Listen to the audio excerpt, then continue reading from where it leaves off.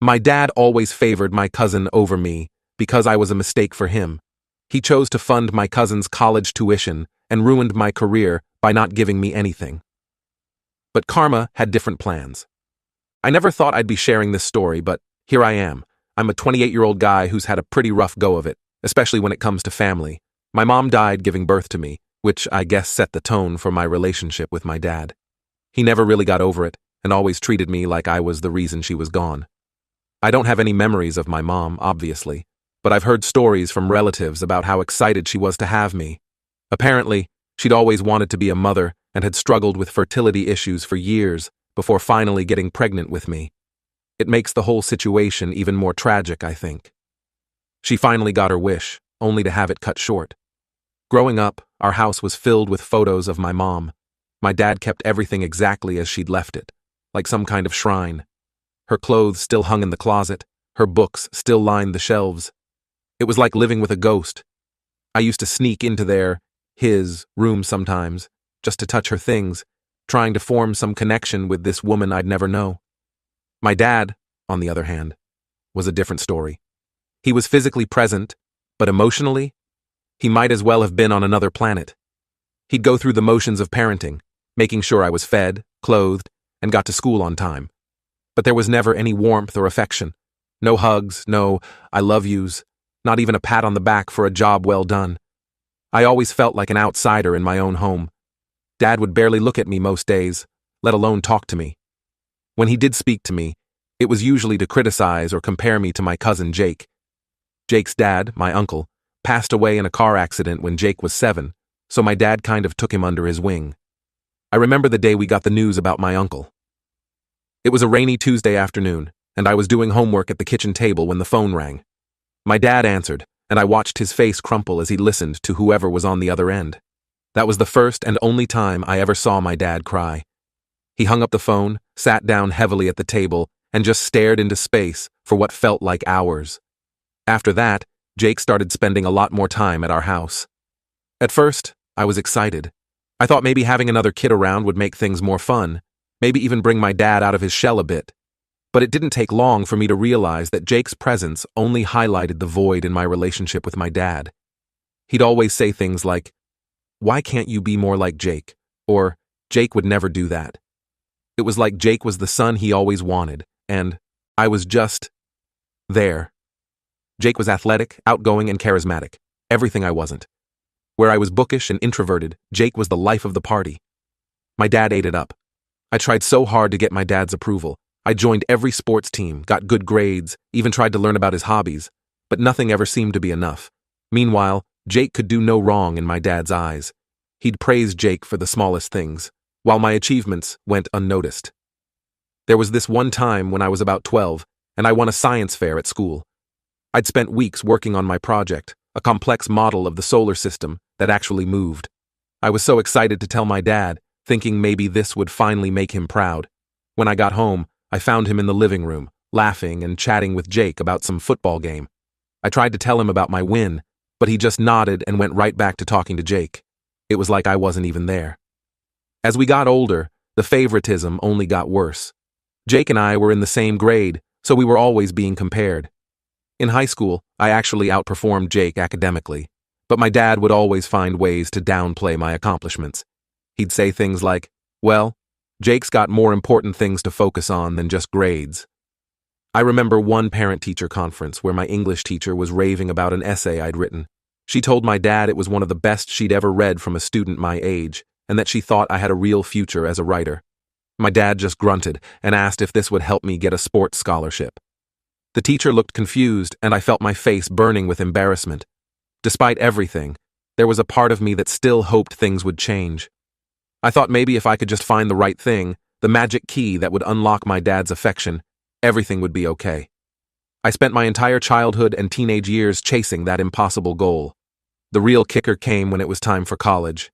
I'd worked my butt off, got into a good school, and was ready to start my future. I knew money would be tight, but I figured my dad would help out at least a little. Boy, was I wrong. I'll never forget the day I overheard my dad on the phone with Jake, telling him he'd pay for his entire college tuition. My heart sank. When I asked my dad if he could help me out too, He looked at me like I was crazy. He said, "I can't afford to pay for both of you, and Jake needs it more." Just like that, my college dreams went up in smoke. I tried to make it work anyway. I got a part-time job at a local diner, working evenings and weekends. I applied for every scholarship I could find, but it wasn't enough. The stress was overwhelming. I was trying to keep up with my classes, work enough hours to make money and still find time to study and sleep. Something had to give. I ended up having to drop out after the first semester. I couldn't afford it on my own, and the part-time jobs I could get weren't nearly enough to cover tuition. Meanwhile, Jake was living it up at a prestigious university, all on my dad's dime. He'd post pictures on social media of his fancy dorm room, the spring break trips he was taking, the new laptop my dad had bought him for school. Each post felt like a knife twisting in my gut. That was the last straw for me. I packed up my stuff and left home. I cut off contact with both my dad and Jake. It hurt like hell, but I knew I had to get away from that toxic environment. I couldn't keep living in the shadow of my dead mother and the cousin who'd somehow taken my place in my father's heart. The past few years have been a struggle, to say the least. I've been working odd jobs, trying to make ends meet. I've waited tables, worked construction, done night shifts at gas stations, whatever it took to keep a roof over my head and food in my stomach. It's been hard, especially seeing updates from Jake on social media about his amazing college experience and the great job he landed after graduation. But I'm slowly building a life for myself, on my own terms. I've got a decent job now, nothing fancy, but it pays the bills. I'm a manager at a local bookstore. It's not what I imagined for myself, but I enjoy being surrounded by books all day. I'm even taking some night classes at the community college, trying to get that degree I always wanted. It's not easy, but at least I'm doing it on my own. I've made some good friends along the way, people who accept me for who I am, not who they want me to be. They've become the family I never really had.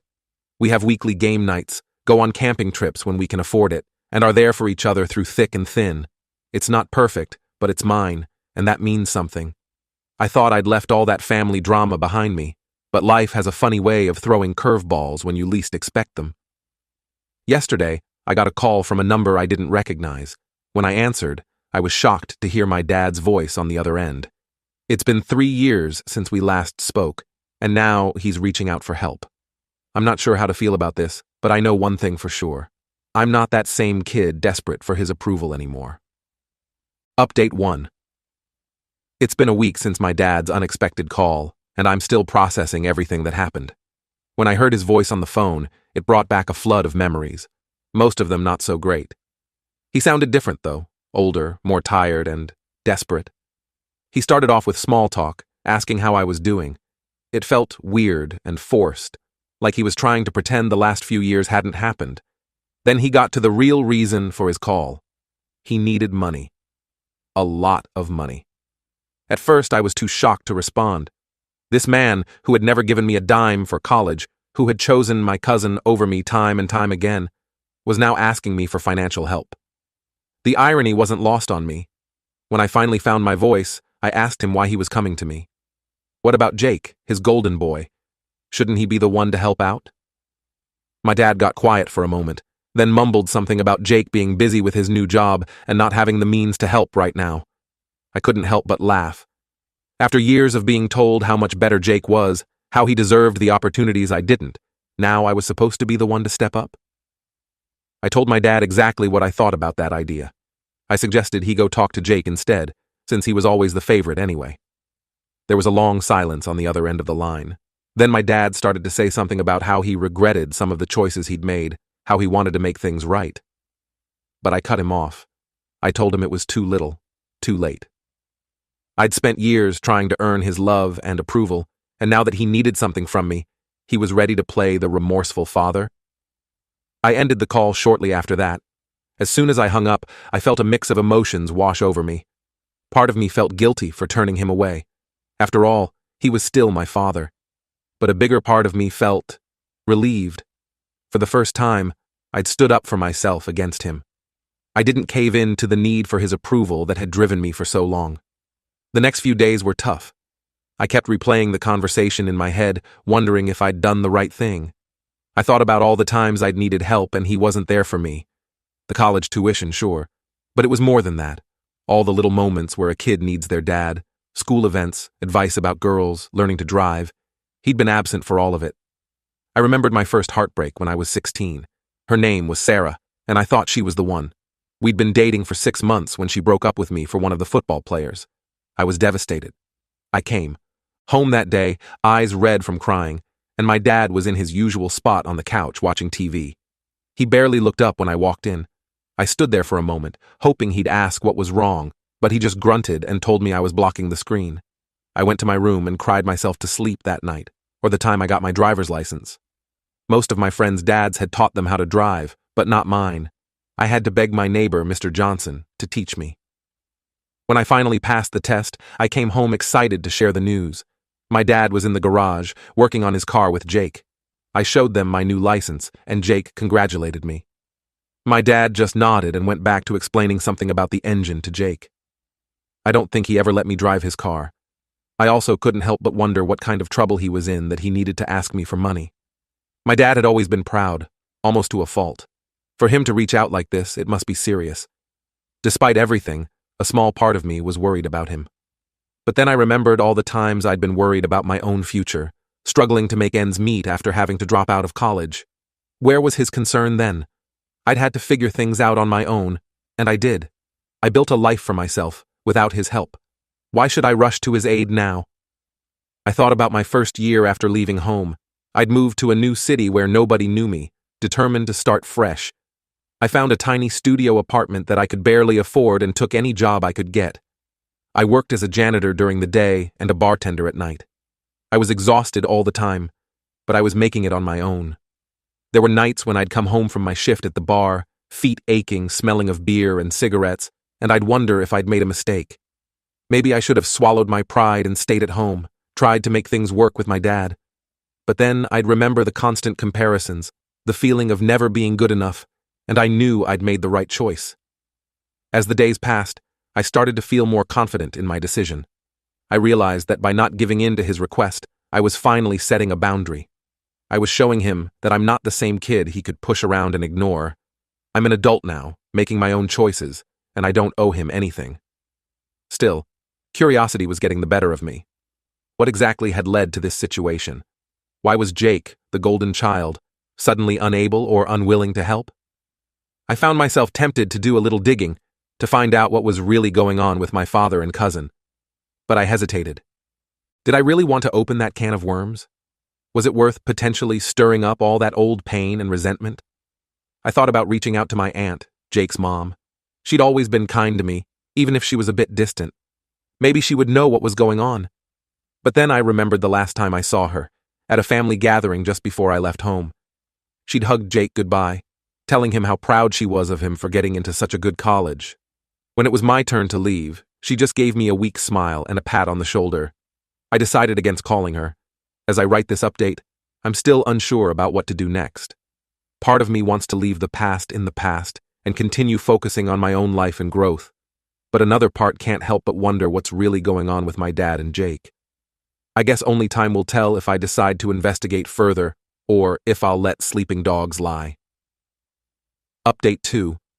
It's been about a month since my last update, and a lot has happened. Despite my initial hesitation, my curiosity got the better of me. I decided to do some digging to find out why my dad suddenly needed help and why Jake wasn't stepping up. I started by reaching out to a few family friends who were still in touch with my dad. At first, they were reluctant to share much, but eventually, I pieced together a pretty clear picture of what had been going on. I called Mrs. Peterson first. She'd been my mom's best friend and had always been kind to me growing up. She seemed surprised to hear from me, but was happy to chat. After some small talk, I steered the conversation towards my dad and Jake. Mrs. Peterson hesitated, then sighed deeply before starting to fill me in. It turns out that my dad had gone all in on supporting Jake, way beyond just paying for his college tuition. He'd helped Jake with the down payment on a house, bought him a car, and even invested in a business venture Jake wanted to pursue. To do all this, my dad had taken out loans and maxed out his credit cards. He was drowning in debt, all for the sake of giving Jake the life he thought he deserved. Mrs. Peterson told me about a conversation she'd had with my dad a few years back. He'd been bragging about Jake's successes, talking about how he was going to be a big-shot businessman one day. When she asked about me, my dad had just shrugged and said he hoped I was doing okay. The indifference in his voice had shocked her. Next, I reached out to my old neighbor, Mr. Johnson, the one who taught me how to drive. He'd always been observant and filled me in on some of the more recent developments. Apparently, Jake had convinced my dad to invest in a startup he was launching with some college friends. It was some kind of tech company, but Mr. Johnson wasn't clear on the details. What he did know was that my dad had remortgaged the house to get the money for the investment. The kicker? Jake's new job, the one my dad had bragged about, wasn't going so well. The business venture had flopped, and Jake was struggling to make ends meet himself. When my dad turned to him for help with the mounting debt, Jake apparently told him he couldn't spare anything right now. Mr. Johnson had overheard an argument between my dad and Jake just a few weeks ago. Jake had come over driving a flashy new car, and my dad had confronted him about the failed business and the money he'd invested. Jake had yelled something about how it wasn't his fault the market had changed, and that he'd pay my dad back when he could. He'd peeled out of the driveway, leaving my dad standing there looking defeated. I have to admit, a part of me felt a twisted sense of satisfaction. After years of being compared to Jake, of being told I wasn't good enough, it turned out that the golden child wasn't so golden after all. My dad had put all his eggs in one basket, and now that basket had fallen apart. But mostly, I just felt tired. Tired of the drama, tired of the pain, tired of the what-ifs. I thought about how different things could have been if my dad had invested in me the way he did in Jake. Maybe I would have finished college. Maybe I'd be in a different career. But then again, maybe I wouldn't have learned the valuable lessons I did about self-reliance and perseverance. I remembered my struggle after dropping out of college, how I'd worked multiple jobs, often surviving on ramen noodles and cheap coffee. I thought about the nights I'd spent studying after long shifts, determined to better myself even without a formal education. It had been hard, but it had made me who I am today. I debated whether or not to confront my dad with what I'd learned. In the end, I decided to send him a text. I told him I knew about the situation with Jake and the debt. I didn't offer help, but I didn't gloat either. I simply said that I hoped he could see now that the choices he made had consequences, not just for me, but for him too. He replied a few hours later. His message was long, full of apologies and regrets. He said he realized now how unfairly he'd treated me, how he'd let his grief over my mom's death cloud his judgment. He talked about how proud my mom would have been of the man I'd become, despite his failures as a father. He asked if we could meet to talk things over. I sat with that message for a long time, unsure how to respond. On one hand, a small part of me, the part that was still that little boy desperate for his dad's love, wanted to say yes. I imagined a scenario where we'd meet, talk things out, and magically repair our relationship. But the adult I've become, the one who's had to fight for everything I have, knew better. I thought about all the milestones my dad had missed, my high school graduation, where I'd scanned the audience hoping to see his face, only to be disappointed, my first apartment, which I'd furnished with second-hand items and a lot of determination, the promotion I'd recently gotten at the bookstore, which had no one to celebrate it with except my friends. In the end, I replied that I wasn't ready for a meeting. I told him that while I appreciated his apology, words alone couldn't undo years of neglect and favoritism. I said that I needed time and space, and that he needed to respect that. I also made it clear that I wouldn't be bailing him out financially. His choices had led him to this point, just as my choices had led me to where I am. It wasn't my responsibility to fix his mistakes. As I sit here writing this update, I feel lighter somehow. Not happy exactly, but like a weight has been lifted. For so long, I carried the burden of trying to earn my dad's love, of wondering what was wrong with me that made him favor Jake. Now I see that it was never about me at all. It was about his own issues, his own inability to deal with loss and grief. I don't know what the future holds for my relationship with my dad, or lack thereof. Maybe someday we'll be able to have a real conversation about everything that's happened. Maybe not. For now, I'm focusing on my own life, my own growth. I'm continuing with my night classes, working towards that degree. I'm building relationships with people who value me for who I am, not who they want me to be. Last week, I helped my friend Sarah, not the same Sarah from high school, move into her new apartment. As we were unpacking boxes and arranging furniture, I realized that these connections, this chosen family, is what really matters. Not the approval of someone who was never able to see my worth. It's not always easy, but I'm making my own way. And for the first time in a long time, I feel like I'm exactly where I'm supposed to be. I'm not sure what tomorrow will bring, but I know I'll face it on my own terms, with the strength I've built through years of self-reliance. That's something my dad and his favoritism can never take away from me.